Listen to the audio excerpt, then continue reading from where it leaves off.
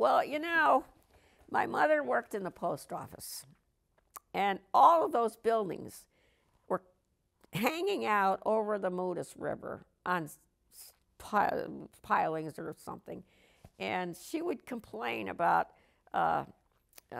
using the facilities in the winter and having the wind blow up. And you know, it wasn't until Ray Schmidt came here when he saw the toilet paper and whatever going over his dam that he went back up to find out where it came from. It came back from all of those buildings. And there was a pretty bad stench every time you drove into Moodus in the summertime. And I was a little ashamed of Moodus, really. The First National store was there. And you went into that store, and if you had a nose that perceived anything, in the summertime, it was not a happy experience. Anyway, I was glad to see Moodus wiped out, personally, because it was totally unsanitary. I don't know how they'd ever fix it. There were so many houses. There were chocker blocks. There was even a home. The Levines lived right there in the middle of it, and all those stores. So that's my take. I was not sorry at all.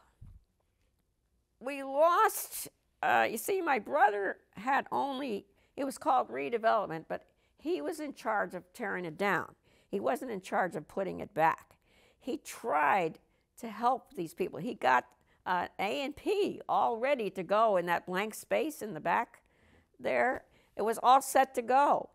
But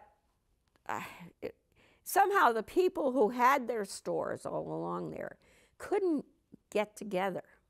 They delayed and delayed and delayed decisions and everything.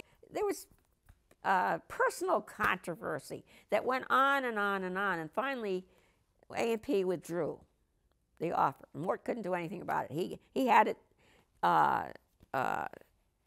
their decision stayed a couple of times, but he said and he encouraged all these men to get, but they hated him at that point, so he wasn't much of an influence on them because he'd wiped out their businesses.